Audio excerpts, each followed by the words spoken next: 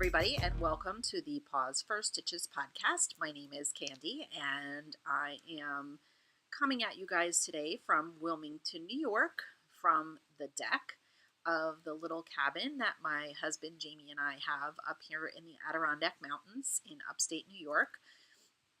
I wanted to film on the deck so badly this weekend because I am wondering if maybe this is the last time for this year that I might be able to get outside and film for you all.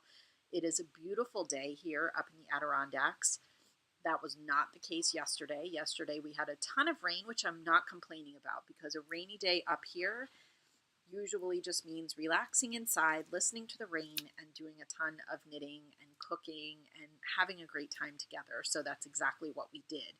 But this is Labor Day weekend. Today is actually Labor Day. So happy Labor Day to all of you, or otherwise known as happy streaming the crap out of Craftsy Day, because I bet that is what a ton of you are doing right now. Actually, that is what I wish I could spend the rest of the day doing. But we have to finish up what we need to do up here at the cabin, and then we have to head back to New Jersey because, as you all know, here in the States, obviously it is back to school time, and that means back to school for both me and Jamie. I've been at school working all summer as a supervisor, preparing for the teachers and students to come back this week. But Jamie actually goes back to school himself tomorrow. He has 2 days of staff development as well. So the summer is over, and I know that makes a lot of people sad. It's so funny to watch the range of emotions people have about the end of the summer. I know friends of mine who are parents that are doing the happy dance that their kids are going back to school. I know friends of mine that are teachers are doing the sad dance because they have to go back to school. And I think for me, I'm just kind of excited because going back to school means that fall is right around the corner, and that means all the amazing fall things, all the pumpkin everything, the leaves changing colors, especially if Jamie and I can get up here to the cabin a couple times this fall. I think fall is my favorite season. So back to school, it is what it is. Again, it's not as challenging for me now that I've been a 12-month employee for the last, 9 years. I think I've been a supervisor. So, but it obviously is going to be a little challenging for Jamie to get up and go back to work tomorrow morning. So we have to get on the road as quickly as we can today so that we're not home too late. So little late morning filming for you all this morning. So anyway, welcome back to those of you who are already subscribers to the Paws for Stitches podcast. I'm so excited. It was great. I'm about to announce the 400 subscriber giveaway from last episode. But I've even gotten a few new subscribers since then. So thank you, those of you, for clicking that little red button to subscribe so that you can be notified when there is a new episode up for your viewing pleasure. I've really enjoyed getting to know so many people through this crazy adventure. So if you are new to the podcast, I hope you will enjoy yourself. And I hope you will consider clicking subscribe. I know that this podcast will not be for everybody, and that's amazing. I've been doing a lot of thinking about that lately, and about the fact that one of the things that's so amazing about this whole podcasting community and this knitting community is that there really is something out there for everybody. So I have no doubt that if this is not your thing, you will definitely find it. So keep looking because there are tons of amazing podcasts out there. I feel like every day new ones are coming out, and even myself personally, I can't keep up with it anymore. So, you've got some hummingbird action above my head there too. So hopefully you'll enjoy that throughout the episode maybe, because this, again, I think is the last time, possibly, unless I'm out here with hat, gloves, and a jacket next time. This may be the last time I get to come to you guys from the deck or the porch outside here at the cabin. So anyway, without any further ado, before I forget, especially if you are new to the podcast, let me just let you know where you can find me. The two best places to find me are on Instagram and Ravelry. And in both of those places, you can find me as Paws for, that's the number 4, Stitches. And I hope that you will definitely consider going over and checking me out in both of those places. We do, in Ravelry, we do have a Paws 4 Stitches podcast group, which is filled with amazing and fabulous people. Oh, here we go. We have another doggy visiting. Clarence is sitting actually at my feet, but who knows how long that will last. But anyway, go over there, check that out, and we've got a lot of fun stuff going on. So hopefully you will, again, find something that you will enjoy. So without any further ado, in the last episode, I mentioned that I had just bumped just over, I think it was like 401 during the last, right before I filmed the last episode, I hit over 400 subscribers. So I don't have it with me to show you again, but to say thank you, I wanted to give away a lovely skein of yarn that had been donated to me by Jackie, who is the dyer behind Jackie's Original Fibers. And she had so graciously gifted me a skein, actually 2 skeins, one for me, one for you guys. And I decided to give away the skein that was, the colorway name was Circus, because sometimes, let's face it, guys, this podcast can be a bit of a circus. So it seemed only fitting to give that away for a subscriber giveaway. So anyway, what I did was I had put a, just kind of put out there on the last episode for you guys to put a little blurb down in the YouTube down bar about something fun you've been doing this summer. So that was it. I think I counted 23 entries, people that actually shared that summer goodness with us. So I have all 23 names tucked inside this lovely little moose bowl here, going along with the whole cabin theme.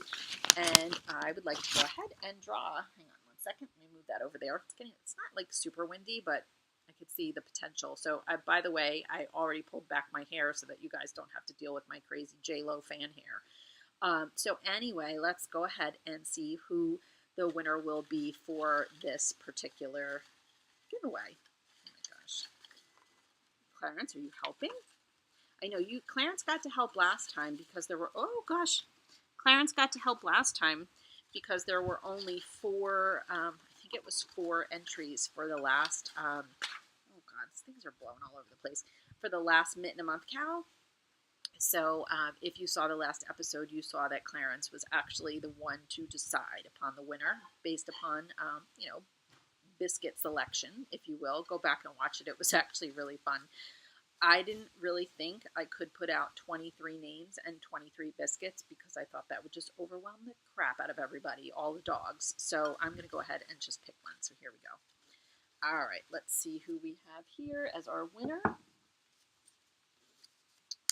Okay, it looks like Peggy Ripatrazone.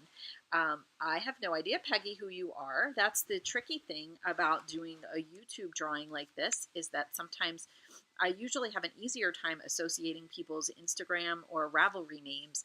I don't always know who people are through YouTube. So, Peggy, the only way that I will be able to send that skein of Circus your way is if you contact me, either probably through Instagram or a Ravelry private message. That would be the best way to go.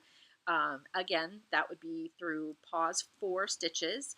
Hopefully you can find me. Let me know where you live. Let me know your address, and I will be happy to send that skein of yarn your way. And again, I wanted to thank Jackie for donating that really super fun skein of yarn, which I can envision growing up to be a really fun pair of socks. So Peggy, I don't know if you're a sock knitter.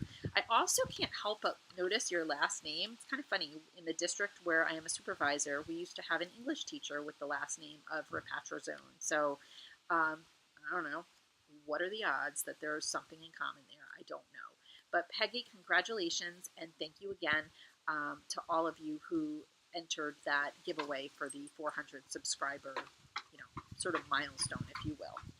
So I often announce a new giveaway toward the beginning of the episode. I'm going to hold off a little bit because I have a buddy of mine, Mr. Jamie, who's going to help me with this, but so I don't have to take time away from him and all the crazy stuff I'm sure he wants to talk to you about.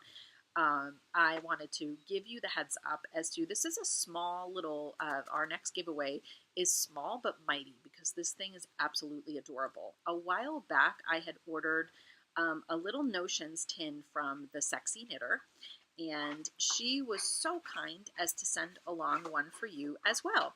And as you can see, what's really cool, they kind of look like the little, Clarence, get out of there, buddy. They look like the little Altoids tins. That's exactly kind of what this reminds me of. But on the top, it's sort of a paper, leave it, bud, that you can, if you look closely, you can see all the knit stitches. What this is meant for you to do is to color in your own, okay? You guys can color in your own little Notions container, which I think is adorable. The size of this is awesome. It fits into any kind, really any size, even a small sock bag, just to keep a few things that you think you might need in here. It works beautifully. I actually want to go and order a few more for myself, but the one I already have has come in handy already. What's awesome about the one that she sent for you, though, and I don't want to make a mess of this, so I'm going to be careful, is it's not empty, you guys. It is filled with tons of adorable little notions. There is everything in there, from a tape measure to a little gauge, to figure out the size of your needles. There, I think, are 2 different kinds of cable needles, stitch markers, a row counter. I'm not messing with this because I want to be able to close it back up so it stays safely closed for you guys. But I think this is adorable, and if you stick out this podcast till the end, Jamie and I, when we talk a little bit at the end, will kind of tell you what you need to do to enter to win this little Notions container, which I think is precious. So again, thank you so much to the Sexy Knitter for sending this our way. I've actually been holding on to this for quite a while for the perfect opportunity to give it out. So I just thought this would be something fun to pop into an envelope and send somebody's way. So stay tuned for more about that. So the next thing that I want to talk to you guys about is Brineback. I am so excited. Brineback is right around the corner. It's going to be here before I know it, before many of us know it. And this is only my second time going to Rhinebeck. Jamie and I went together last year for the first time, and we had a wonderful time. But it was, as many of you may remember from my podcast episode after Rhinebeck, it was an overwhelming experience on many levels for me. It's a big place. There's tons of stuff. It's like sensory overload. There's so much you want to see, so much you want to do, so many people you'd like to meet. And I know for me, the first time around, like now, I just feel so much more comfortable going back, I think, this time, because I know what to expect. I think part of my overwhelmed feeling actually last time came from just not knowing. So I am really excited about that, and I am excited to see some new friendly faces, some familiar faces from people that I did meet last year, and I think it's just going to be a spectacular time. I think that's one of the things that I want to do the most differently this time, is to not be last time, if you recall, and believe it or not, here I am. I have no problem filming this, talking to a bunch of complete strangers who I've never met before, who were possibly watching and listening to this. But you put me at that podcaster meetup last year at Rhinebeck, and I clammed up big time. I was shy. I was actually shy and overwhelmed. I don't think that's going to be the case this time, because I am so excited to meet so many people. I know just of some subscribers and podcast group members that are going that I can't wait to meet. I definitely know a ton of podcasters that I would like to meet. There are some awesome makers. I just want to meet everybody this year. So I really think that that's going to be amazing, and I'm so looking forward to it. I know I've talked about this before, but I'm also excited because this year for Rhinebeck, I am rooming with the Jennies, Jen Sheelan and Lucky Jenny, and myself and our 3 husbands are going to be sharing a house together outside of Rhinebeck. So we're not staying like right in the town of Rhinebeck, which is perfectly fine, because I think it'll be nice actually after we spend some time. So Friday night we'll be able to all hang out, spend some time together. I think we have plans of hopefully checking out Indie Untangled, but we've got to finalize some details about that. So if you're going to that, please look for me and say hello. And then, of course, Friday night, hopefully we'll just be able to spend some time. What I think is so cool is that this is actually the first time I'm going to be meeting both Jen Sheelan and Lucky Jenny face to face. but I feel like I've known them both forever. So it's going to be fun to be able to actually spend a couple nights together. And also, too, just for our husbands to be able to meet and to, bond together over this crazy world that has brought all of their wives together as friends. So I'm excited about that. Um, so one of the things that I wanted to talk about, though, that some of you who are newer to the podcast and were not with me this time last year as we were approaching Rhinebeck, is that last year at Rhinebeck, I decided to do something a little crazy. And it was well received by some. Again, at that time, I was a relatively new podcaster. I didn't know that many people. So who knows? Maybe this year will be a little bit crazier than last year was. I don't know. But I decided it would be fun to have a little photograph challenge. And I called it the Rhinebeck Tic Tac Photo Challenge. I'm going to put that right up here along the screen so you can see how that is all spelled out for you. And basically all it was that I gave people a tic-tac-toe board. I'll also try and pop in a picture of last year's board so you can see what it looked like. I showed up at Rhinebeck and I gave them out. I also posted them through my podcast ahead of time so people knew what they could be taking photos of. So basically, it was a tic-tac-toe board of different photo shots that you could take at Rhinebeck. And it had everything from a sheep selfie. Okay, so take a selfie of you and a sheep. It had something about your Rhinebeck sock or socks, hand knit socks, had something about your Rhinebeck sweater, had something about, what else was there? The most unique Rhinebeck culinary experience. So what kind of fun food did you have at Rhinebeck? All things like that. And obviously what you needed to do to enter was to get a tic-tac-toe. So 3 photo boxes in a row anyway. And then you needed to go into my Ravelry group. I opened up a thread and you needed to share your 3 pictures. Oh my gosh, it was so much fun. Even though not a ton of people participated last year, it was so much fun to see people's pictures. And I am totally doing it again. So this is going to be the 2nd annual Rhinebeck Tic Tac Photo Challenge. But as you can see, there are a lot of question marks here right now.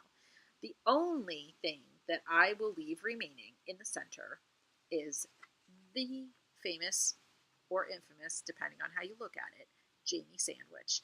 Last year, oh my gosh, the people that actually participated in this definitely found me and Jamie during Rhinebeck and asked if they could go ahead and take a Jamie sandwich shot, which basically all that meant was that you tried to take a picture with Jamie in the middle and then me on one side and you on the other. So needless to say, this can be as much or as little as you want to make of it.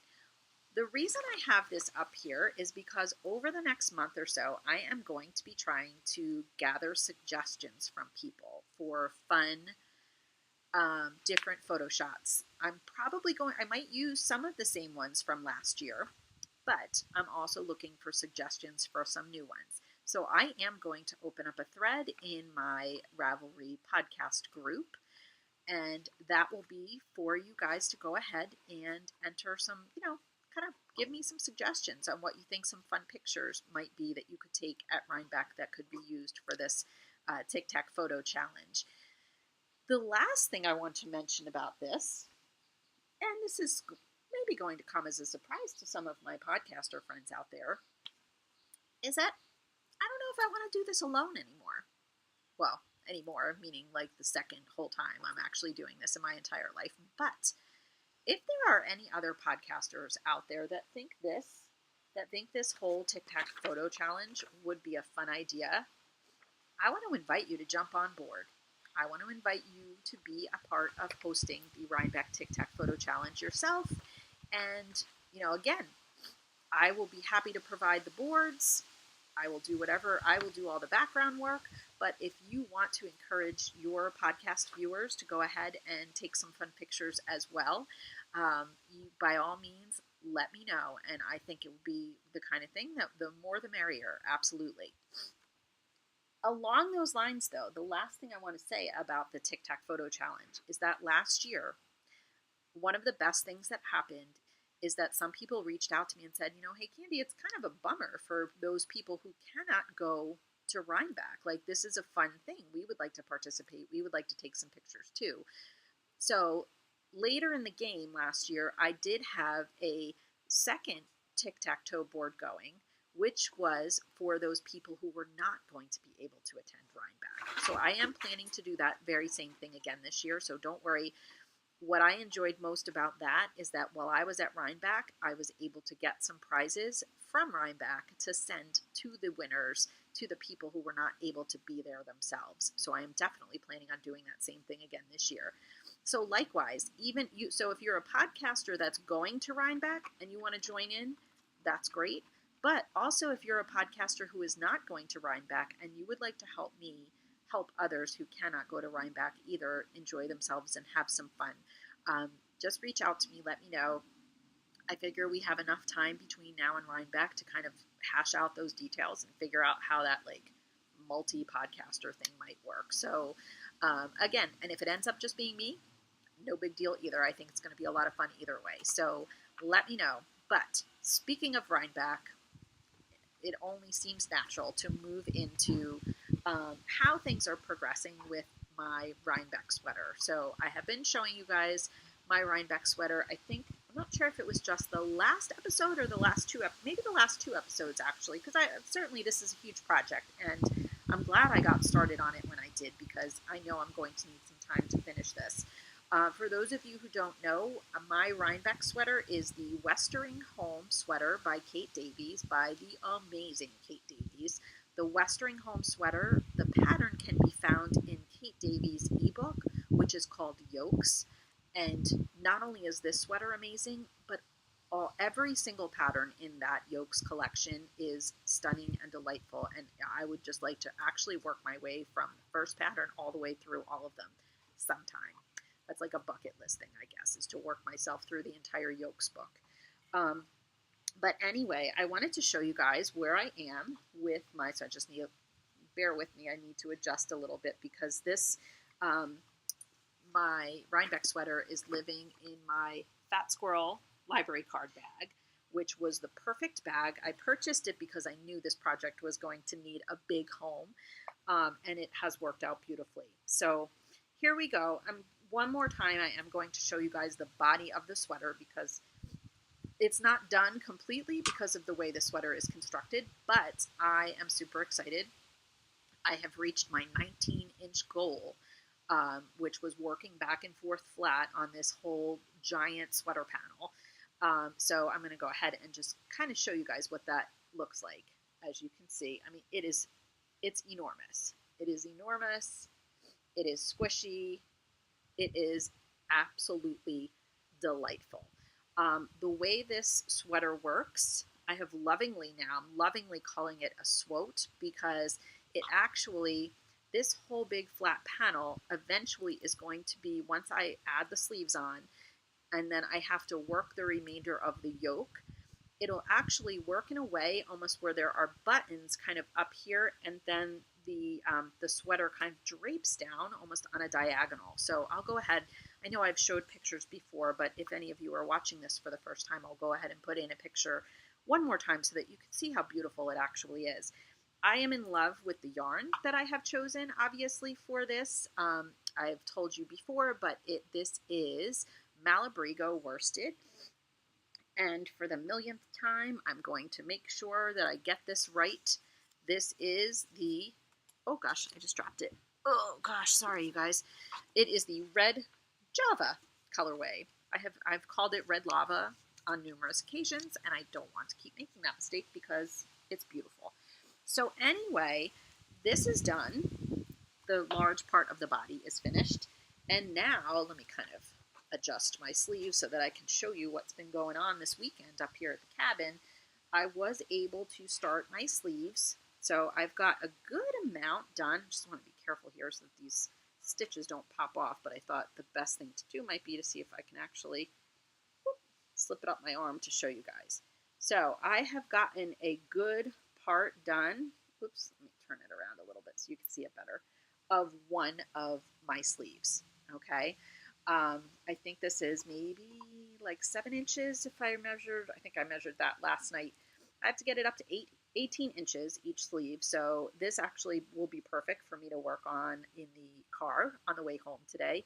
Seriously, I would even make these, holy cow, I would even make these into like long fingerless mitts would be freaking amazing. But seriously, so obviously that cable pattern is going to go up the side of both of the sleeves to match the beautiful cabling on the actual sweater. So I'm really, really happy and pleased with how that's coming along. Two things I wanted to tell you guys though, because you know, I am all about telling you what a dummy I am so that, you know, hopefully people can learn from me being a dummy and not be one yourself. Um, I also say that with love because I kind of think making mistakes is awesome because it's really the only way we learn. I suppose that's the teacher in me coming out with that statement, but I really am always a firm believer in that. I think that, you know, one of the ways I learn best is by messing something up, and then I tend to hopefully not do it again. So there's two things I wanted to point out about this sweater project that I realize I have to be more careful with. One of them, and I'm just going to point it out now because if people are going to see it at Rhinebeck, they're going to see it at Rhinebeck anyway. I think there is one spot or one row, I think it was probably only one row in the body of my sweater, and then also one row where I think I messed something up with the cable. Now, when I say messed it up, I think that means either one of two things. I think it means I either held the cable needle to either the front or the back when I was supposed to do the opposite, or if it was one of the two cable rows in the 10 pattern repeat, there's one time where you actually have to start by knitting 4 first, and one time where you have to start by knitting 4 at the end of that cable sequence. And I'm wondering if I forgot to do that and I jumped right into the cable. Because see if you can look closely, and if you look right here, there's like a longer, like it's almost like the cables didn't twist there. I don't care. I do, but I don't. Trust me, I've thought about ripping it back, but the idea of ripping back cabling, I think overall this sweater is going to be so beautiful that one little blip there and on the body of the sweater, I don't really know that it will be that tremendously noticeable. And I also decided I would go with that whole theory of like, I can't remember what group it is, but people a long time ago when they did like stitching and cross stitch, they purposely would spell something wrong because, you know, the only one that can be perfect is God. So I'll go with that. I'm not perfect. I'm not God. So I am not going to go back and fix this. I'll be interested to see if I'll probably be more careful maybe on the other sleeve. So I was joking around and I'm like, ooh, I'll have to try and figure out like what is maybe I'll make sure the correct sleeve is on my right arm. So since that's my more dominant side, maybe people will see it more. I don't know. But that's one thing that I did. The other mistake that I have made with this sweater, which I'm sure I will pay for later, and I will be sure to let you know and share my agony with all of you, is that how many times do we read or do we hear that when you do a provisional cast on, you are supposed to use sort of a cotton, some kind of slippery yarn? Did I listen? Did I heed that advice? Absolutely not. Because as you can see, for my provisional cast on, and I did this for the bottom of the body of my sweater as well as the bottom of this sleeve. What I actually used, though, I think was an acrylic. I grabbed whatever I had that looked equal in weight to the yarn that I was using. So I grabbed an acrylic sort of worsted weight yarn. I think it was like an Encore maybe that I had left over from something else. So, I mean, I can see my red live stitches that I'm going to need to pick up easily. What I'm afraid of, though, is when I go to pull out that the waste yarn, or should I call it the provisional cast on yarn, maybe I'm going to be in for a little sticky situation there. But again, I'm just going to be careful and do the best I can and see what happens. So I'm not going to worry about it. What I may do, though, is when I start the third sleeve, which I think I'll be able to do, I'll be doing once I'm at home and I have more access to different kinds of yarn than I did this weekend when I started this. yeah, maybe I will go ahead and grab a proper provisional cast on yarn, and it'll be interesting then, like right in the moment, to be able to compare the difference and see what works better. So that is it. That is where I am. I am chugging along with this sleeve. I will have the second sleeve to do. Then things get real, people, because then the directions start to, I've been reading ahead, and the directions start to get a little dicey because there's all kinds of like setting aside stitches on the body, setting aside stitches on the sleeve. You connect your sleeves to the body of your sweater, and then you start to shape the yoke. So that's where I have to look forward to going to from here. So I am excited. I'm loving this sweater, and I just hope to God that it is cold at Rhinebeck, because if it is a hot day, holy smokes, I'm wearing this thing anyway. I don't care if I'm going to look like a sweaty mess. So I should probably warn you all now, those of you that this year I promise I'm not going to be afraid to say hello to. When we hug, I might be a little gross. So I just figured I'd warn you about that right now. So Rhinebeck sweater, it's on the move, and I think I'm in good shape. I'm feeling pretty good. So that is that. Okay, so the next thing that I would like to talk to you all about, throw this over here. It's super windy again all of a sudden, but it is what it is. The next thing I wanted to talk to everybody about is the progress that I have been making on my shawl design. And as you know, I have had every intention from the very beginning of this project to be super open about the learning process behind this whole thing for me, because it has absolutely been that.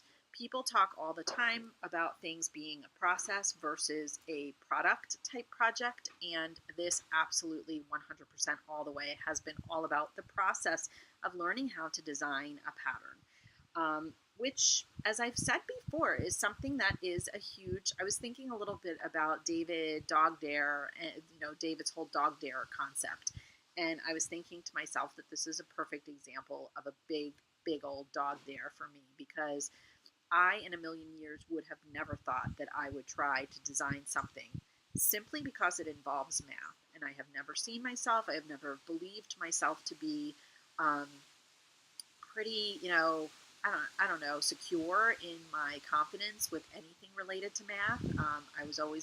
That was always not my forte in school. But you know what? I think one of the things that I always forget is that when you want something bad enough, if you work hard enough at something, you can figure it out. And it's not been easy, and I'm still making a ton of mistakes, which I will show you in a minute. But it's coming along, and I'm actually pleasantly surprised at how much I've enjoyed this whole process. I just don't have enough time. That's part of the problem. I don't have enough time in the day to do all of the things that I want to do. But anyway, I wanted to show you where we are with this. So there is good news and there is bad news. And we will go with, let's see, let me go with the good news first, because why not? That's always fun. So I thought I had finished the center panel, okay? And again, those of you who may remember, okay, I have this amazing yarn that was dyed for me, or actually it was requested to be dyed for me, of my friend Rhonda, who is the owner of the Yarn Attic, which is my local yarn shop, and also an amazing online yarn shop to check out as well. So please go ahead and do that, because Rhonda has amazingly beautiful things. But here's what's left of my first skein of what was called Fickle Finter. I've talked about the story behind this yarn before, so I'm not going to go into all the details again. But just as a reminder, this yarn was supposed to capture everything I love most about the Adirondacks, so being up here in the Adirondacks, and also my two dogs, Addie and Clarence, my two labs. So all of the beautiful fall colors are wrapped up into there, and then where you see more of the bare yarn and the black flecks, that is supposed to be representative of the pups. So this yarn has just been amazing, and as you can see, obviously, that is how it's been working up. So I knew all along that what I envisioned creating was a shawl that could showcase this yarn in the center panel of the shawl. And then what I would do once I have that center panel which is actually pretty simple and just involves starting out from the very, very center and increasing until that shawl gets to be what I thought would be a proper size, sort of to drape across somebody's back. That's how I envisioned this shawl working. I envisioned it being sort of a cozy shawl that you can put around your shoulders so that the back of it will be that pretty sort of panel that can showcase a beautifully variegated yarn. And then the wings of the shawl will grow out from either side of that center panel, and that they would sort of wrap around your shoulders and be sort of snuggly and cozy. So that's where we are at right now. I did finish, or at least I thought I finished, the center panel, and I have started to design said wings. Okay. What was fun about starting the wings is that is where the other two yarns that I had decided to work with have started to come into play. And that is these two yarns. It's funny, as crazy and beautifully colorful as the other two yarns are, when you have a black and a yellow lab, okay, you can't really do much else other than this. So both of these yarns, by the way, I don't remember if I've talked about these before because I hadn't started working with them just yet until recently, or at least until the last time I podcast. These are both from Rosy Green Wool, and it's her Cheeky Merino Joy. This one is actually, if I remember correctly, I think it was Edelweiss, and then I feel like the other one was named after like a cat or something, which I think is hilarious because it's a black lab, people, not a cat. But anyway, yes, Black Cat is the name of this yarn. But anyway, now that I am working with the two solid colors, this is where I've started to have a lot of fun with this project, because what I envisioned was having some stripy play between the three different yarns, but that what I wanted to work in with the solid colors was actually, and I don't know if you're going to see this really well, that is maybe there a little bit, if you can see. So right now I'm in this black panel first, okay? What I wanted to do, I actually marked this for myself so that, now I think I actually remember. This is actually a blanket rib stitch, okay? The black, if I kind of turn it on an angle like that, you can kind of see the texture a little bit more. The first black panel here coming off the side is a blanket rib stitch. My goal, and believe me, I have scoured through I feel like billions of stitch patterns. I'm exaggerating, but I've looked at a lot. I wanted to find patterns that somehow had a hidden meaning for me and represented something about each of the dogs. So each time I changed to a different pattern, there's a reason. There's a particular reason, besides the fact that I wanted to build a lot of different textures into the wings of this shawl. I also wanted it to mean something. So that blanket rib stitch, which, how did I have that before? There we go. The blanket rib stitch, which is the black, is for Clarence, of course, my black lab. And that is because basically if you put anything down on the floor, Clarence thinks it's a blanket. That's just the way he rolls. He will sit on a towel. He will sit on your shirt. He will sit on a tarp that Jamie brings in if he's doing a project. Anything that you put down on the ground, he claims it as his own blanket. So it seemed only appropriate then to have that blanket rib stitch for one of the panels of the black yarn. So then you take it from there, and you see again, you have a little bit of interplay with now the stripes. And then we get to this second stitch panel, which is, this is the, I think this was called the Staggered Eyelets pattern. And what I was looking for Addie was just something very pretty and ladylike, because as you've probably seen pictures on Instagram, you've probably seen that our Addie, and maybe I'll put in a picture here, but our Addie likes to sit like this with her front paws crossed, which is hilarious because one would then think of her as a lady. What's fascinating about Addie, our yellow lab, is that she is a lady, but you'll also notice that eyelets also have lots of holes. And I thought that holes also perfectly represented Addie's other side, which is the fact that in the first year of her life, she basically destroyed anything and everything she possibly could. As she was transitioning to living life as a mulligan in the Mulligan house, after living on a farm with, from what we understand, over 15 dogs for the first year and a half of her life. Coming to live with us as a rescue was not an easy transition for her. So she caused a lot of destruction. So while she is pretty and ladylike, you don't let her fool you, because if she's anxious, she will cause some problems. So that is where I thought it would be an interesting combination, with the eyelets being pretty and lacy, but also having holes that represent some of, the long way that she's come over the last 5 years that we've had her. So that's that. So then after the eyelet section, you have some more striping. And then now we are at this section here, okay, which is the Garter Drop stitch section. Honestly, as soon as I saw that it was that, I knew how to do Garter Drop stitch anyway, but I wanted it in there simply because of the word drop, because mainly with Clarence, but sometimes with Addie too, we find ourselves, how many times as dog owners are you constantly saying, drop it, drop it? Oh my gosh, Clarence is sitting in front of the, where I have the computer right now, and he actually just looked at me when I said that, because how many times does this dopey black dog have something in his mouth that he's not supposed to have? It's usually a dish towel, but he's not, it's usually fabric related, let's just say. It's some dish towels, washcloths. Not to get gross on you guys, but I'm telling you, he also has a little bit of a panty fetish as well. So, it could be, as we call Jamie's manties, his man panties. It might be them, or it could be thongs. Yep, I'm just saying. So anyway, the Garter Drop stitch section for me sort of represents and highlights all the times we're yelling at these dogs to drop things.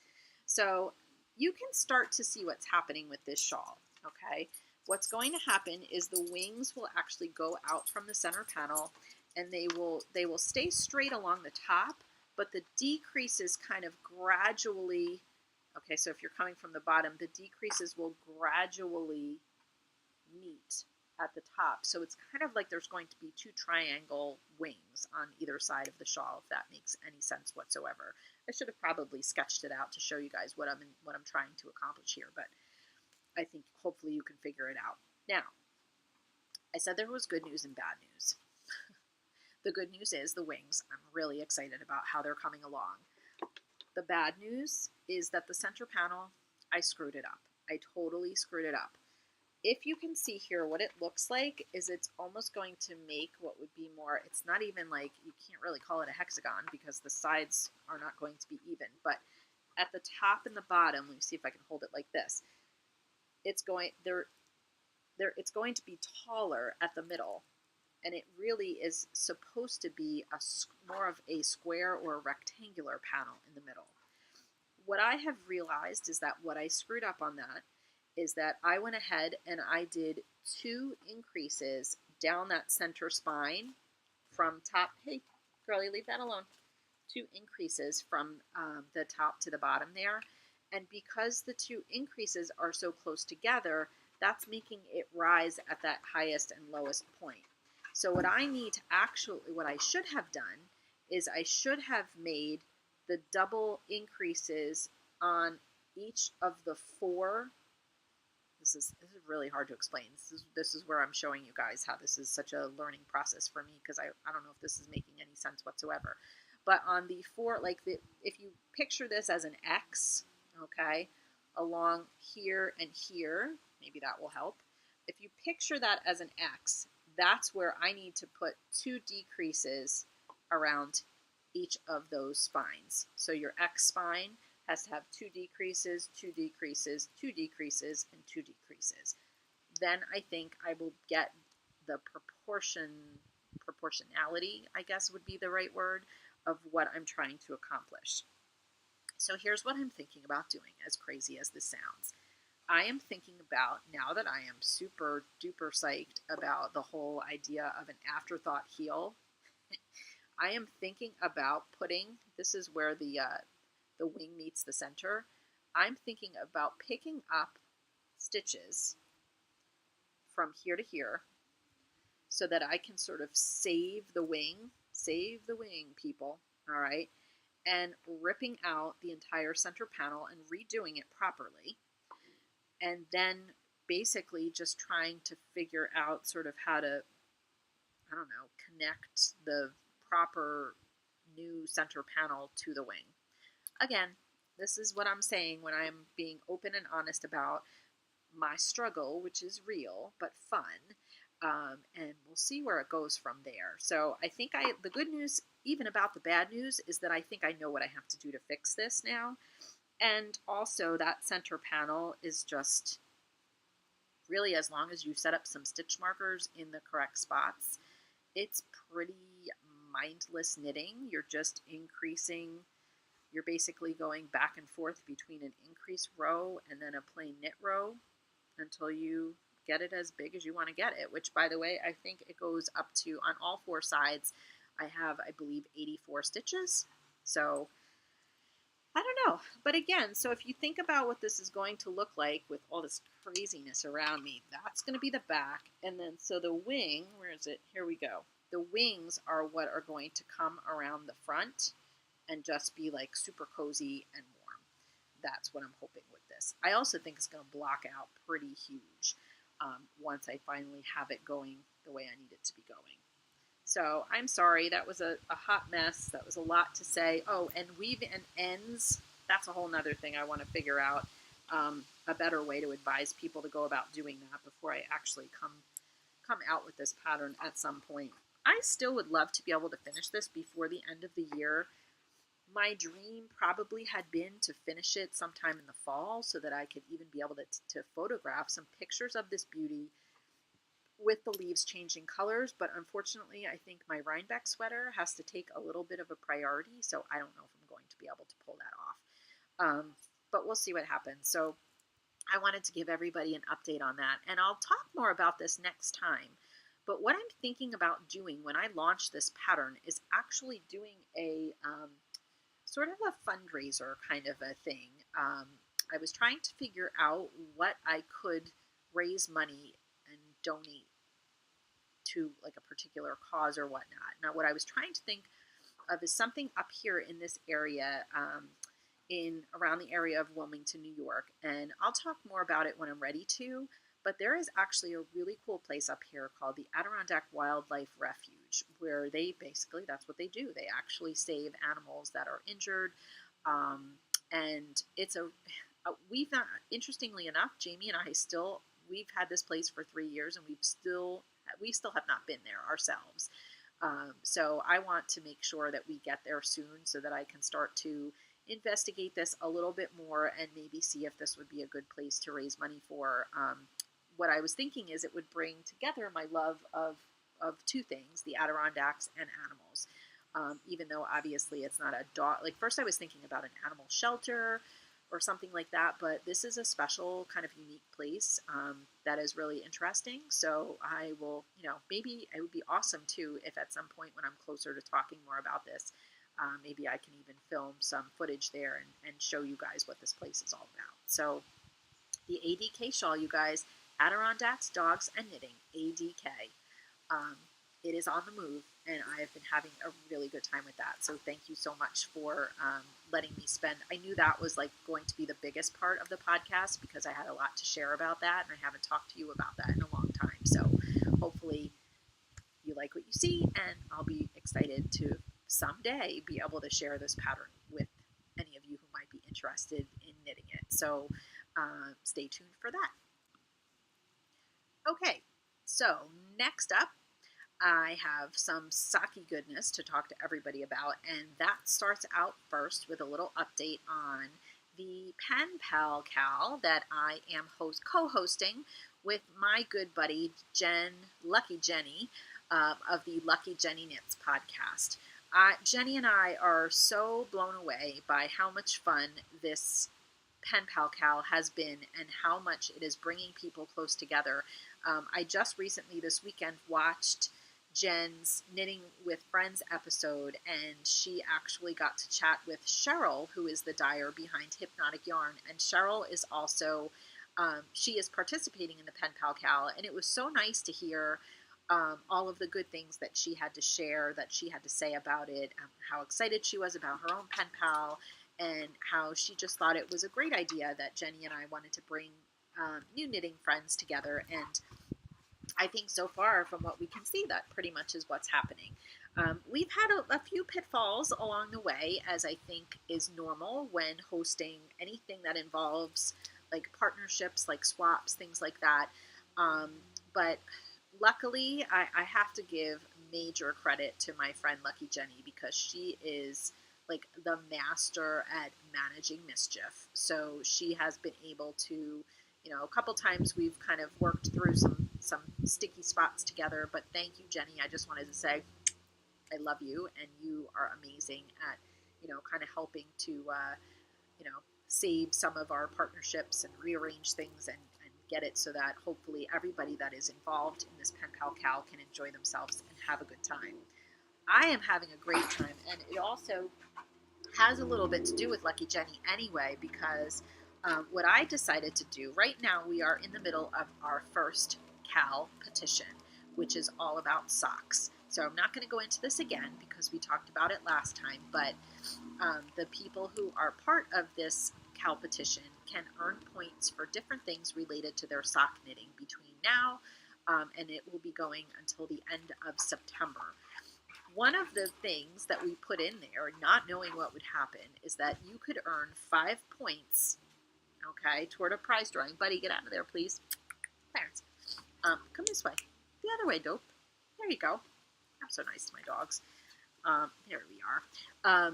The one way that you can earn 5 points right off the bat with this cowl petition is to actually knit a pair of socks for your partner. And it's so funny because I think all of us that are actually doing it, and it's not mandatory by any means, but those of us that are knitting socks for someone else that we barely know, you can tell, like, it's been a challenge for people trying to figure out and make sure that they're actually hopefully going to make socks that actually fit their partner.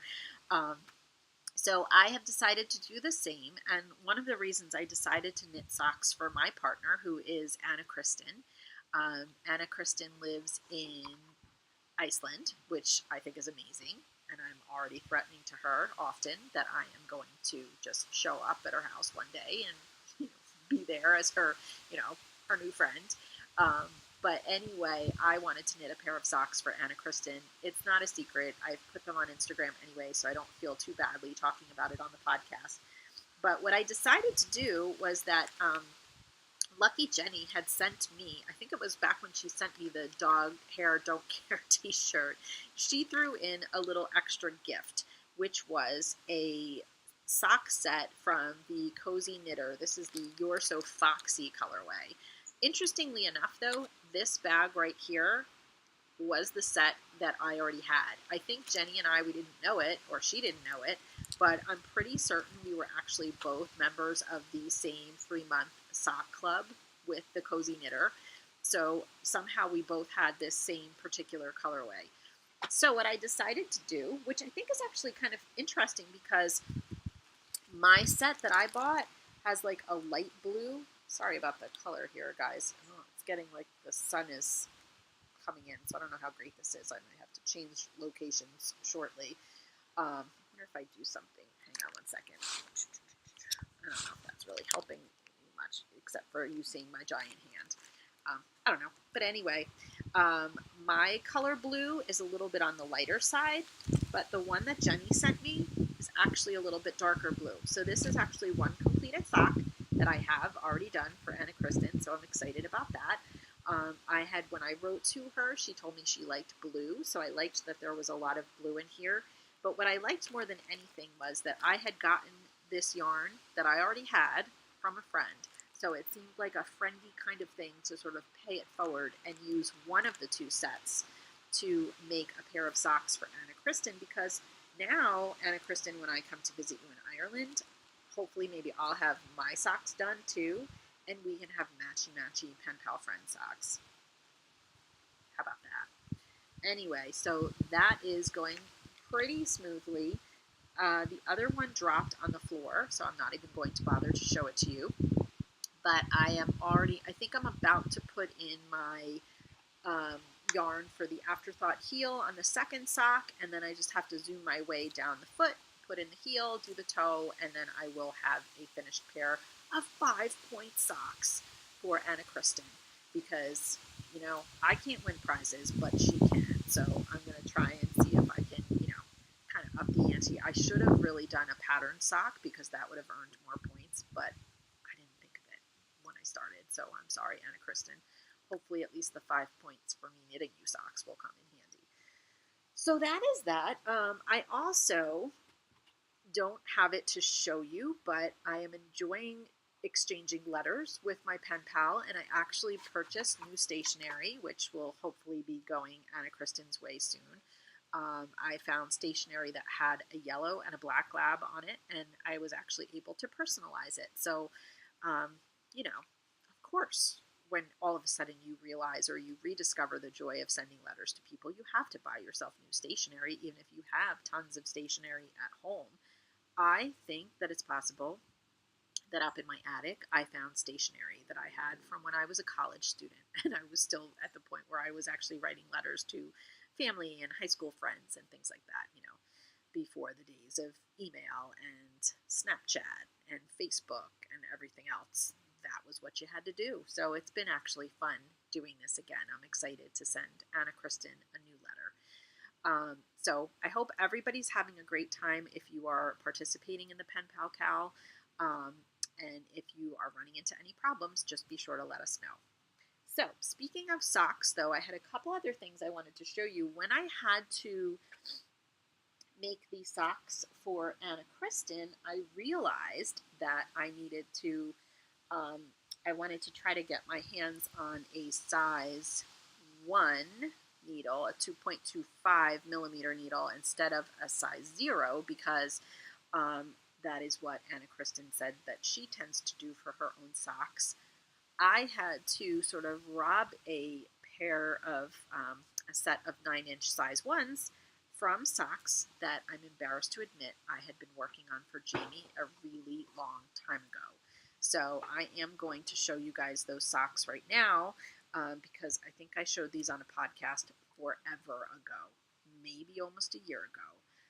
And they were meant to be Jamie's 2000, well, that what would have been the 2016-17 New York Rangers hockey season. I had started these, I think I bought the yarn at the New Jersey Sheep and Wool Festival last year.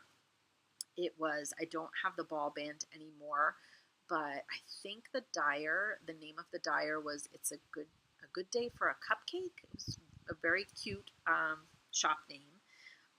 And she had this crazy red, white, and blue yarn.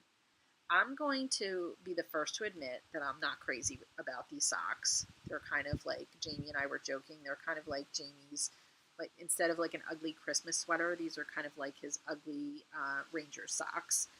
But you know what? They're fine, because here's what I'm thinking. I'm thinking that because I didn't finish these last year, that was why they didn't go all the way to the Stanley Cup Finals. So this year, if these bad boys are done for Jamie, then maybe hockey season will actually be, I don't know, be more favorable for the Rangers. Who knows? But obviously one sock is finished, and here is, this is so lame, but I'll show you anyway. The only thing I have left to do is to Kitchener the toe on the second sock. So then those will be done as well. So it was kind of fun that I had to go and find that needle, because when I realized that I was fairly close to being done with Jamie's socks, I got back on track with them, I caught up, and now they're almost done, and he should have them ready for the first game of the season, which I believe is at the very, very beginning of October, and we're getting excited to be able to watch some hockey again. So those of you, I know I've got some hockey friends out there in the knitting world. Hockey's a-coming, people. So that is another amazing thing about fall that we have to look forward to. Speaking of having things to look forward to with fall, I did want to pull out something from my stash, because I am going to try to, not that I haven't bought things recently, but I am going to try to find things in my stash that I love, that I've been wanting to knit up. And one of the things that I found was this amazing skein of Jinx yarn. Okay, this is the Rapture colorway, which was something that I bought last year to make myself some Halloween socks. Clearly, that did not happen.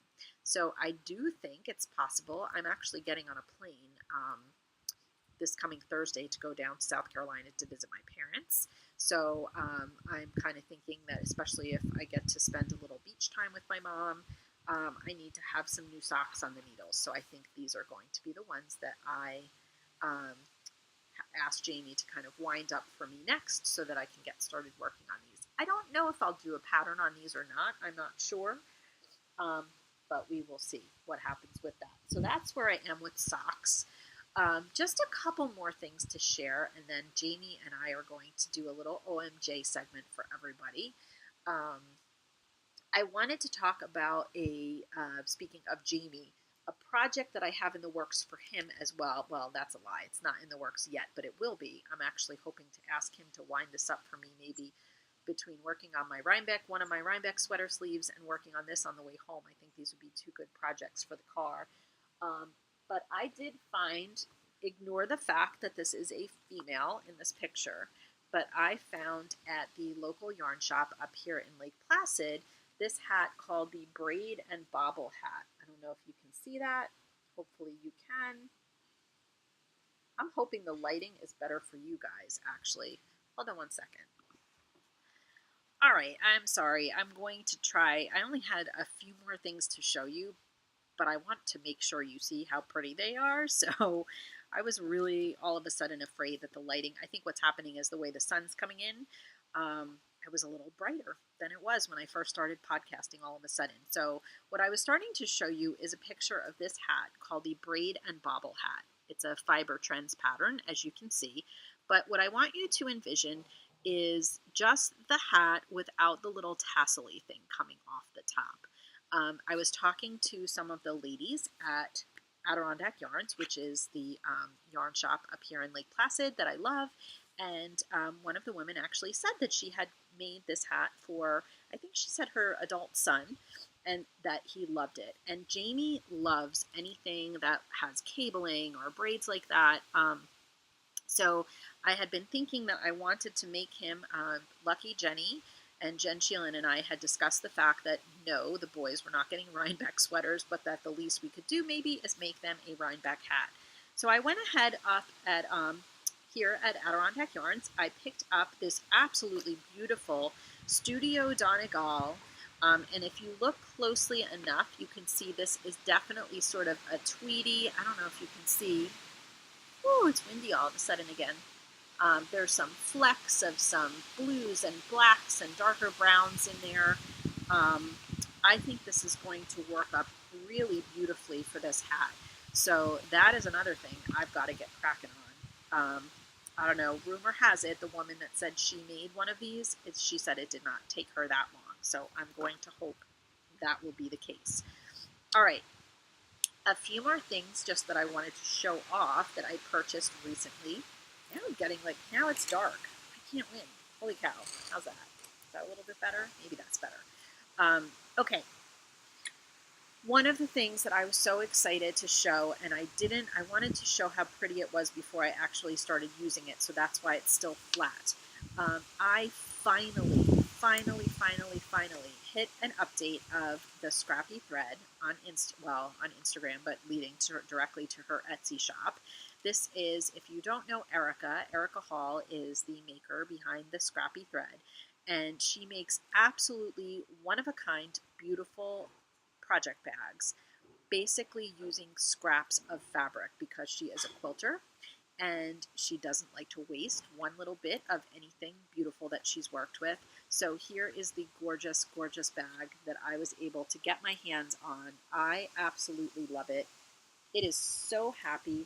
I've always secretly wanted back home in New Jersey, I would love a kitchen that's like yellow. It's kind of like I always think of it as very French for some reason, but with yellows and blues and whites. So I'm lovingly referring to this as, okay, this is what I would want my kitchen to look like. These are all the colors that I would want in my kitchen. But I absolutely love it. It is so pretty. And Erica, I thought you'd be happy to know, I don't even know if you watch this podcast, but I thought you would be happy to know that I am actually going to transfer my 80K shawl to this bag. Because I think it'll be the perfect size to fit the remaining 3 skeins of yarn that I'm working with, and the shawl, and it'll be sort of a special home for that special project. So I am super excited. I tell you, I don't always do so well with those Pacific, time zone things.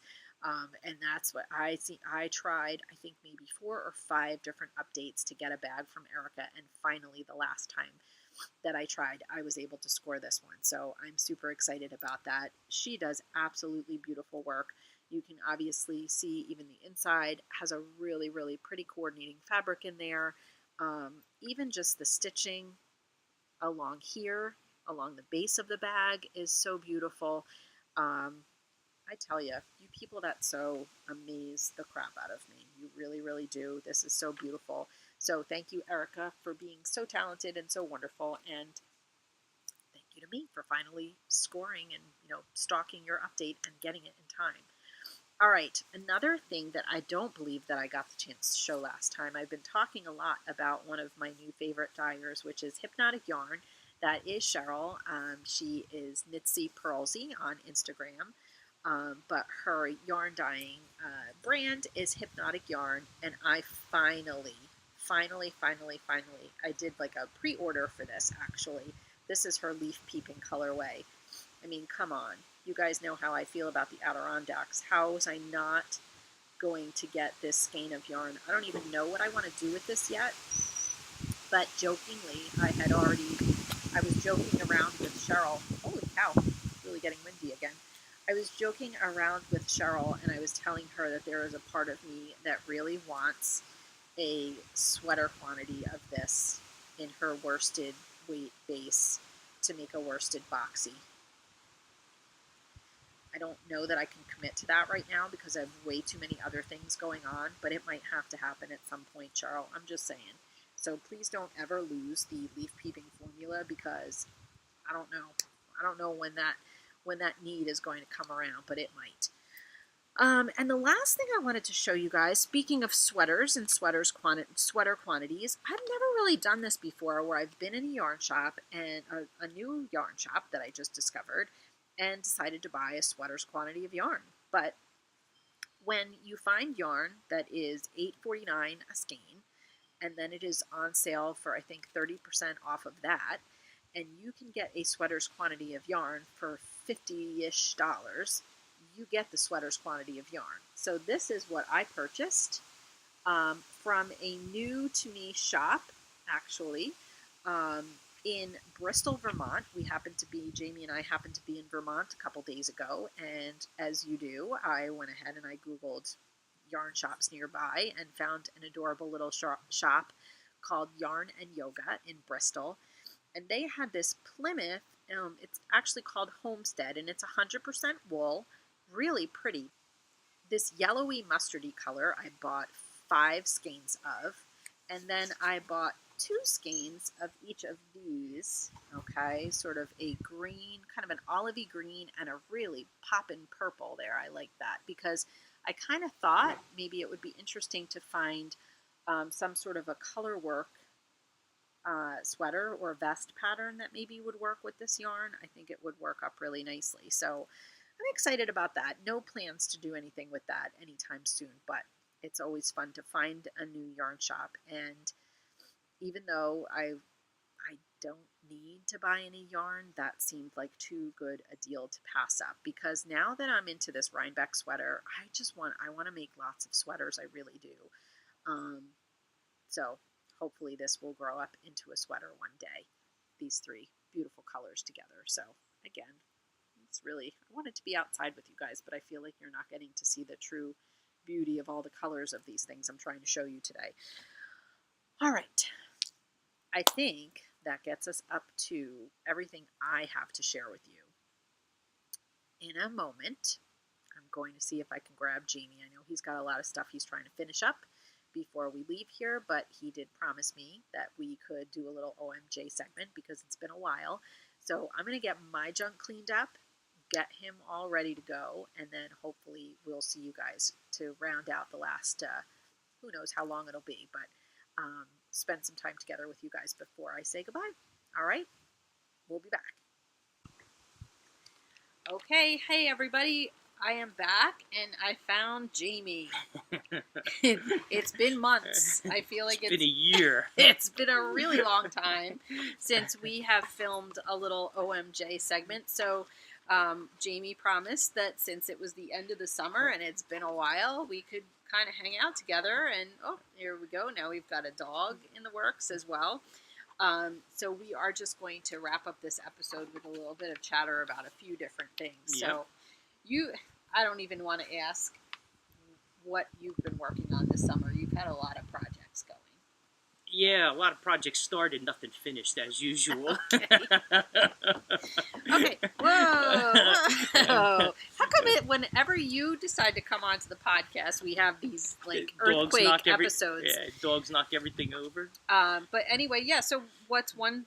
I understand what you're saying, but what's one thing that you're kind of hoping to finish?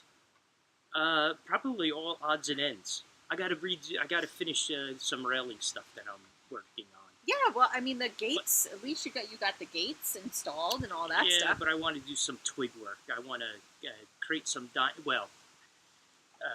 you're gonna not like this, but I want to cut out some. You're gonna tell me this now. That's I'm gonna cut out some spindles, take the stuff home, and turn them on a lathe, and do some twig work in between them. So yeah, there's gonna be a gaping hole, and I think you're not gonna like that. Okay, but how are we going to make sure that the dogs don't jump through the gaping hole is probably my main concern.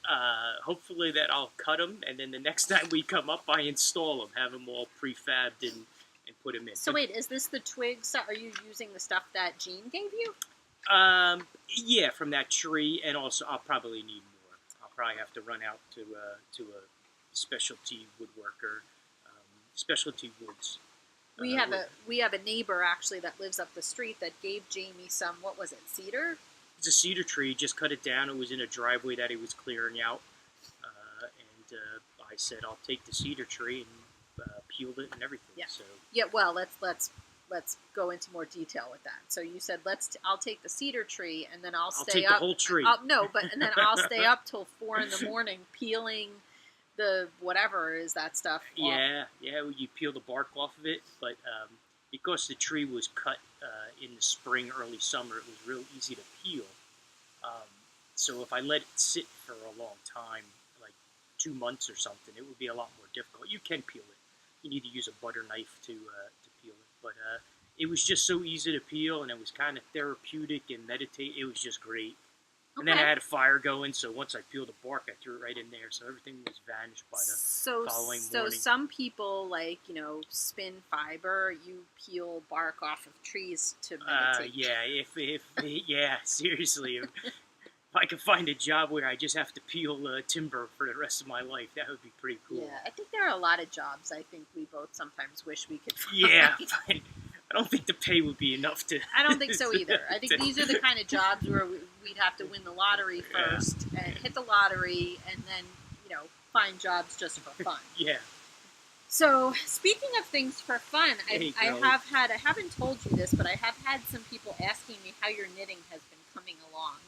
I haven't done any knitting. I be honest with you, I was trying to find some stuff and I had to ask you where it is. And yeah. It's kind of gotten buried with other projects. Well, a while ago, Jamie had started working on a hat. Can't even find that hat. I think the hat is in the closet in your beer project bag. Okay. So I just have to find a beer project bag. We have to find it. So, but I think I'm also... I think it's in there too, but I just can't find a bag. What I'm also afraid of is that you might need a little refresher, though. Absolutely, I need a refresher. So I have, not that you can't work on the hat, but I have another possible suggestion for something that might get you back into knitting. Okay. All right, so hang on one second, because I don't think I've ever talked about this on the podcast, but probably right before we bought this house, I actually had this great dream of knitting a blanket that we would keep up here as kind of like the cabin blanket. and I bought some awesome, I think it was Spud and Chloe sweater yarn or whatever, and this was at a yarn shop up home in New Jersey, and I don't know, I haven't finished it yet. We've had this place for 3 years, but what I realized is that this pattern, it's all just knitting. So you could totally, like, we could make this like a tag team project. So like, we keep it, and then if you feel like doing a row, you do a row. If I feel like doing a row, I do a row. Okay. How do you feel about that? That's fine with me, but I know how big this thing is. So okay. Doing a row might take me 2 days. So let's see. This is going to be hard to show, but this, I'm going to have to probably put in a picture of this because you're never going to see what this looks like because it's already quite large. This is the Mason-Dixon Modern Log Cabin Blanket from the Mason-Dixon Knitting blog. And I love it. I think this is going to be awesome. I might need your help, hun, with this. Okay. We just got it covered in Addie hair. I know. Well, that's all right. She's just, oh my gosh. But this it's warm up here, and then she starts shedding. Oh my gosh.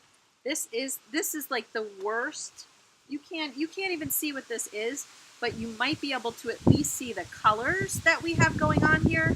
So there's sort of like a pumpkin color, a dark brown, a cranberry, a tan, like kind of a taupe, like tan color. And we just thought, slate. Yeah, maybe a slate is a better way to put that.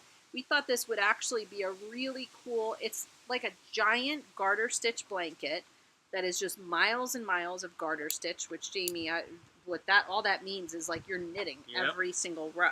That's good for me. It's perfect for you. I don't know why I didn't think of this 3 years ago, that we could have kind of been working on this together, because I want to say maybe there's only 3 more blocks left to do. The only problem is the bigger it gets, the bigger the blocks get. So, I don't know. What do you say about that? I feel bad. I'm kind of putting you on the spot, asking you this, like, no, in front I just of hope everybody. in the evening I have enough energy to pull it out and actually do it. Well, no, I mean, but seriously, so like that, what I'm holding up right here is 1 row, right? Yeah. So, like, even if you did 1 or 2 rows a night, and I did 1 or 2 rows a night, maybe we could actually get this thing done for crying out loud. Because Are we really, bringing it home? I don't know, maybe we need to bring it back and forth. Okay, I didn't know if because it's been sitting up here. We brought it up here, and it was going to be left up here. That was my goal, is that this would be something that I would work on, like, when we come up here.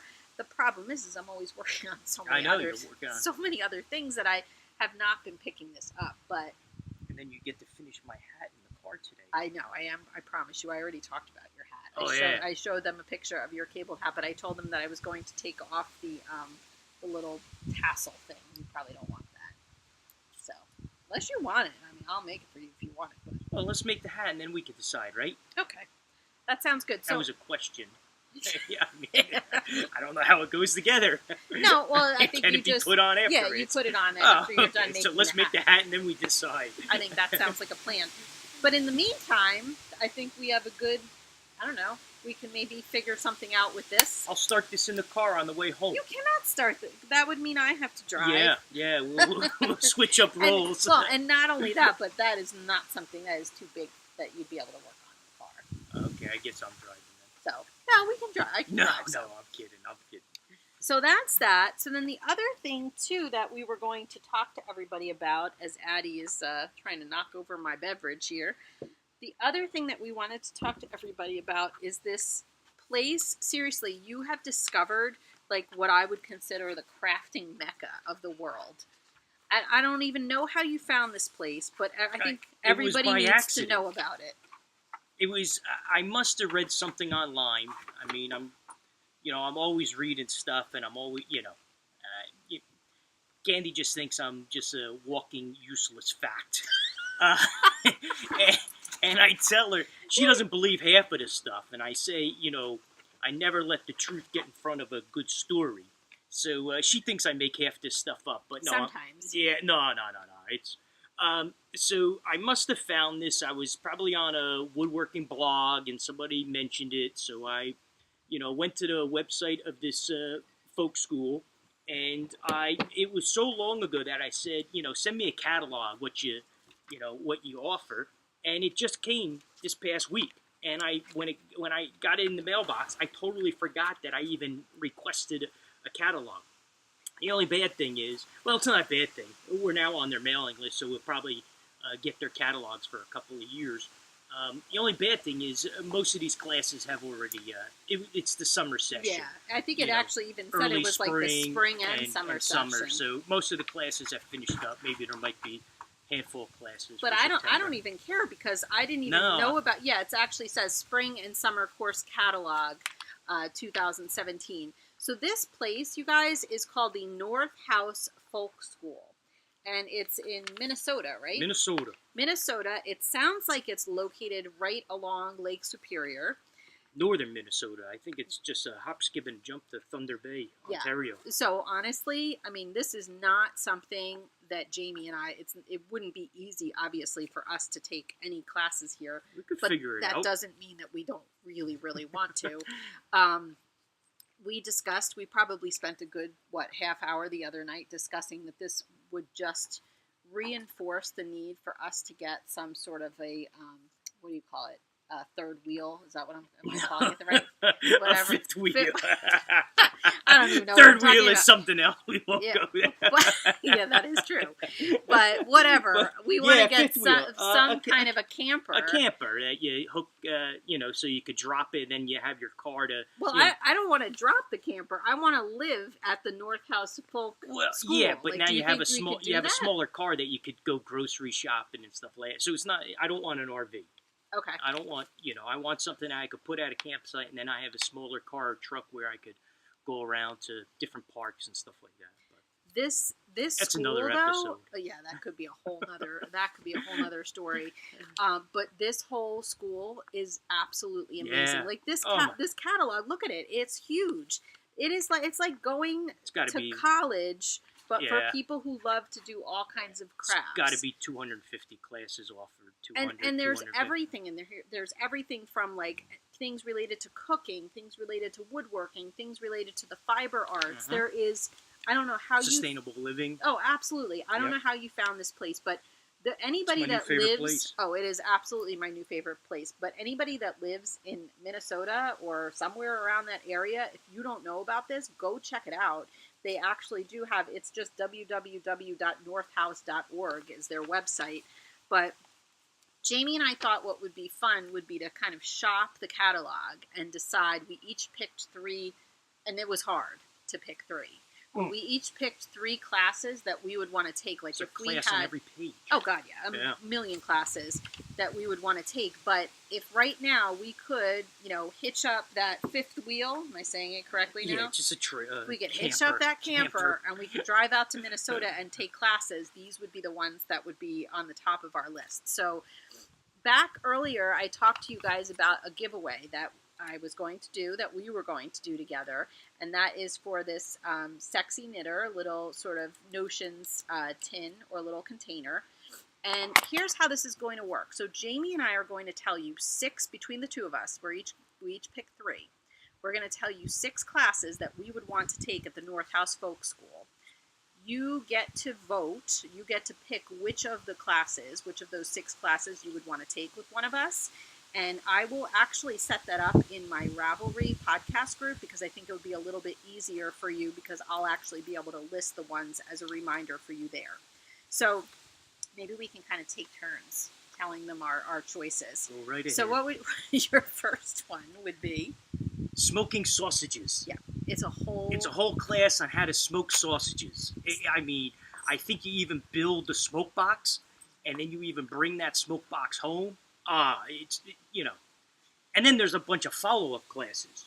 Making your own liverwurst, then there's summer sausage grilling where you make your own summer sausages, summer sausage, kielbasa, stuff like that. Okay, so you could branch off of that class if you want. But I'm going to go with smoking sausages. Smoking sausages is I think your that's a first 3-day class. Yeah, I might three 3 days on smoking sausages. Seriously. 3 days of wieners is really what we're talking about. So that there was a hot dog class. Make your own hot dogs. There actually is a hot dog class. I think that was only a day long. But I might be wrong on how the length of these classes, but I did see a hot diggity doggy. Yeah, something like that. But I love the fact that you picked, wieners as one of your three choices. So imagine having a smoke box out here. I would imagine That's that would awesome. be amazing. So my first choice that I'm going to go with, Addie. Oh, we got scratching dogs again. My first choice that I'm going to go with is also in their sort of food section. And this is going to sound crazy because those of you that know me know I've talked about that Jamie is more of the chef, the cook in the family. But I do think once, we're retired and, I want to learn more about cooking, something that fascinates me is rhubarb. There is an entire day-long class devoted to cooking with rhubarb.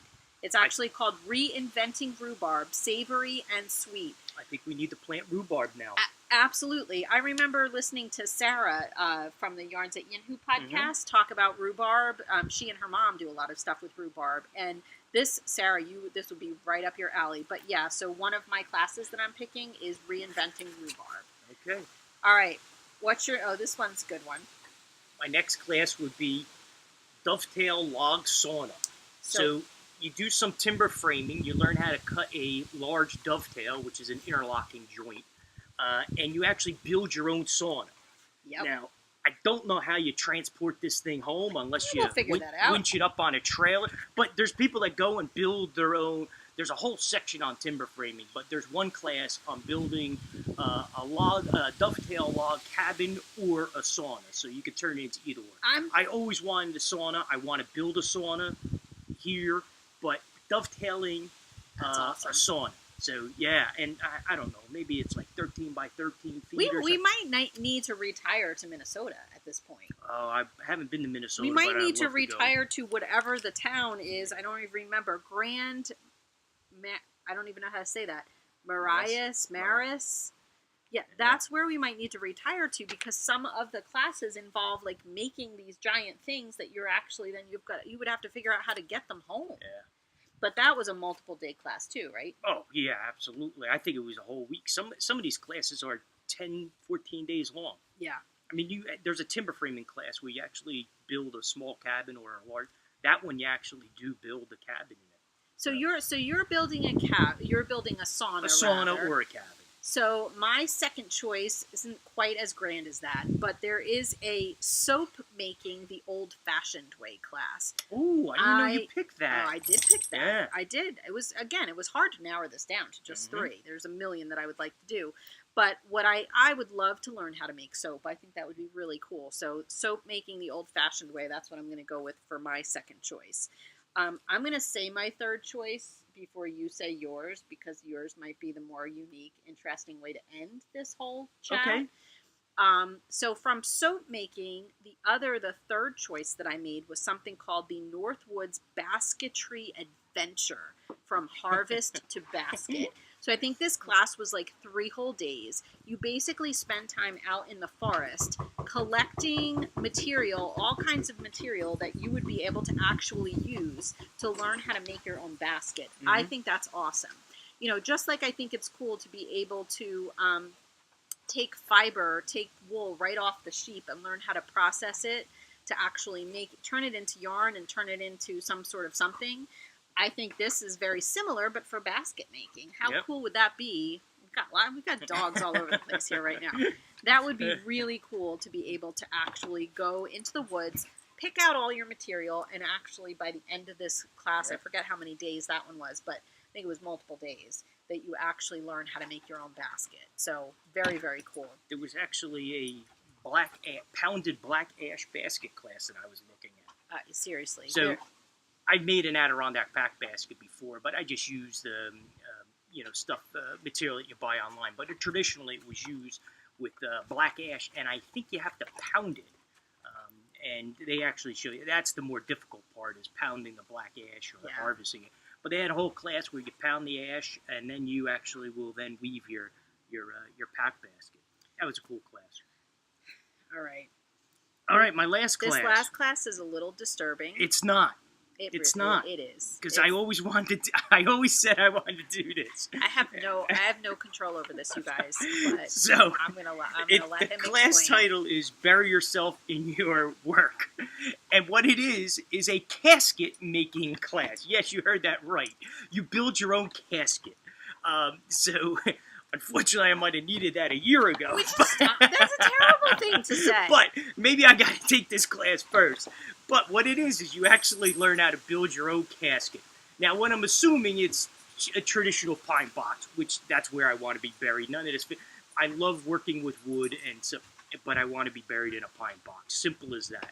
So this class, really, it's a techniques class. You learn how to use simple hand tools, and then by the end, you actually build your own casket, which you probably can't be buried in it because of all the Board of Health rules. Oh, really? I don't know. It's just, there's a lot of burying somebody. There's a lot of.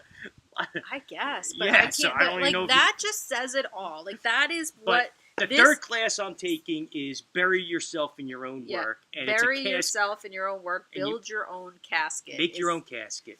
The other thing too and we knew we wouldn't have the time to read all of the descriptions, but whoever creates these catalogs, they're actually pretty fun. Oh yeah, some of the titles. Some of the titles are hilarious. Some of the descriptions are really entertaining to read. But in all honesty, like seriously, you guys, if you have never heard of the North House Folk School, go ahead, find their website. Even just get a catalog just for the fun of getting it and doing Jamie and I spent probably an hour the other night. Yeah. Just he was like reading, he was giving me like an oral reading of the different classes that, would be fun to take at this school. But I do, again, it all goes back to, we say this all the time. We can't wait to retire. There's there is not enough time in the day, and we're of course we're saying this the day before Jamie has to, unfortunately for Jamie, go back to work. Yep. After school starts tomorrow. Yeah, after a summer of having a little bit more leisure time and being off and whatnot. But that is like, I can't imagine ever being bored in retirement. There are just the list of things that we want to do and that we can't wait to do just continues to grow and grow. There was a fly rod making class. Oh, yeah. Make your own fly rod. That's something else I want to do. There was so much stuff in here. And yeah, I hope this place is around for another 10 years or so that I think this was their 20th year anniversary. Yeah. I think it's a nonprofit, so well, I actually was going to say that to you. Yeah, I would even consider it sounds like this place even operates off of like donors and things like that. I would actually be tempted to give this place. After 20 years, they really have gotten their everything in order, so the school is self-sustaining, that they can do it year after year. Yep. So anyway, we just thought, since Jamie hadn't been around in a while, it probably, the perfect way for him to say hello again would be to say, "Oh, hey, I would like I'm leaving the state." Yeah, and I would like to make my own casket. Yeah. So I guess that's really pretty much it, you guys. So what I am going to do, as I mentioned, is the 6 classes that Jamie and I just talked about. I will post a thread in my Ravelry group. You can go over there. Vote for which of those 6 classes that you would want to take. Heck, if you want to, you can even go see if they have a website, if there are other classes you want to post on there that you want to take. You don't have to take one of the same 6, but this just seemed like it would be something fun to kind of spin into some sort of a giveaway. And that's just it. So to kind of say goodbye on an end note, by the way, I should prepare you that I told them that the Jamie sandwich is going to be back for Rhinebeck this year. So I hope you're ready, because last year we didn't know that many people. I won't complain about that. Last year we didn't know that many people, but you did. You had a couple people run over to you and ask for a sandwich. So, hopefully this year you get to meet some more people, and again, we're excited to spend the weekend with some new friends, and it's going to be a great time. So we hopefully you'll see Jamie again, maybe before Brineback, because he's going to finish that blanket. That's it. Yep. So maybe I'll be able to actually show that. Oh, this is going to be a disaster. Oh, good Lord.